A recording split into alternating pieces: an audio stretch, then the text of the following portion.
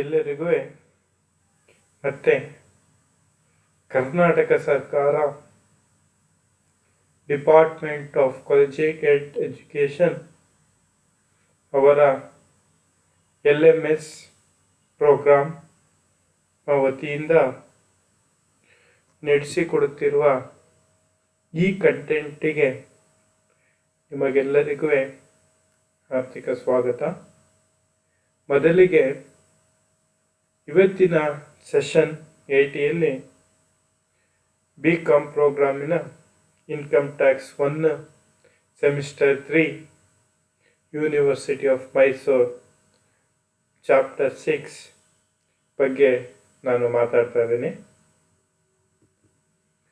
ಇವತ್ತಿನ topic straight line method of depreciation.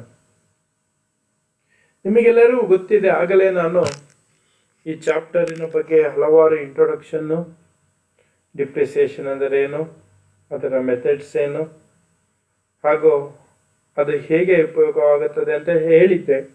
ಅದೇ ರೀತಿ ಮುಂದುವರೆದು ಡಿಪ್ರಿಸಿಯಬಲ್ ಅಸೆಟ್ಸ್ ಅಂದರೆ ಏನು, ಅದನ್ನು ನಾವು ಯಾವ ರೀತಿ ಕೊಡಬೇಕಾಗುತ್ತೆ.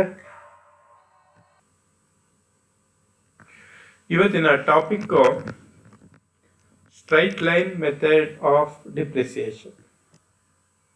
Learning objective to enable students to understand computation straight line method. Session outcome enabling the students to computation of straight line method. Straight line method of depreciation. ನಮಗೆಲ್ಲ ಗೊತ್ತಿದೆ, depreciation means allocation of expenses which cannot be given in a single year.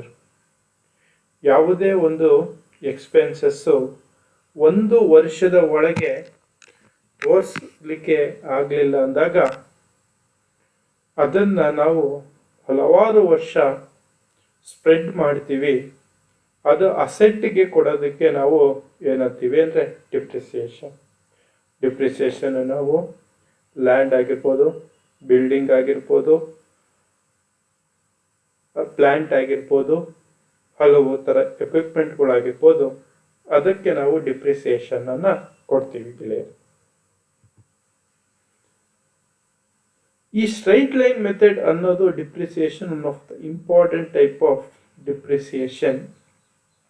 ಇದನ್ನ depreciation is compounded by dividing a depreciable amount of the asset by the expected number of accounting period of its useful life.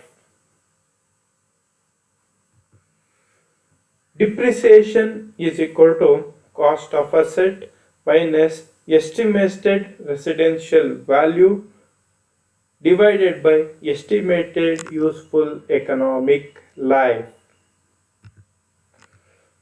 Useful economic life is not equal to physical life. It is the period over which the present owner intended to use the asset. ಈ straight line method of ಡಿಪ್ರಿಸಿಯೇಷನ್ನ ನಾವು ಮಾಡೋದು ಬರ್ರೆ ಅದಕ್ಕೆ ಬೇಕಾಗಿರೋದು ಯಾವುದಂದ್ರೆ residential value. It is the amount received after disposable of the asset. Cost of asset minus residential value is equal to total number of depreciated. Residential value ಅಂದ್ರೆ it is the amount received after disposal of the asset. Formula ಏನು ಅಂದರೆ ಇದನ್ನ calculate ಮಾಡೋಕ್ಕೆ cost of asset minus residential value is equal to number of asset. ನೋಡಿ, ಇಲ್ಲೊಂದು ಎಕ್ಸಾಂಪಲ್ನ ನಾನು ತಂದಿದ್ದೀನಿ, ಒಂದು practical example how straight line method of depreciation is calculated ಅನ್ನೋದಕ್ಕೆ. ಕಾಸ್ಟ್ ಆಫ್ ಅಸೆಟ್ ಎಷ್ಟು? 1200 ರೂಪಾಯಿ residential scrap or salvage value ಎಷ್ಟಂದರೆ 200.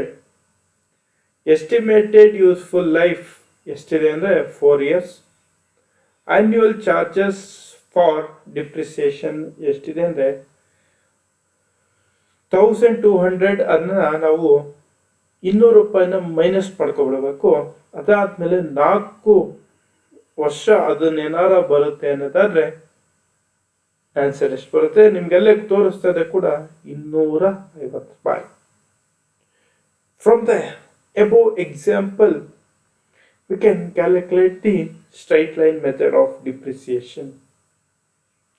1200 rupees is the cost of purchase of an asset.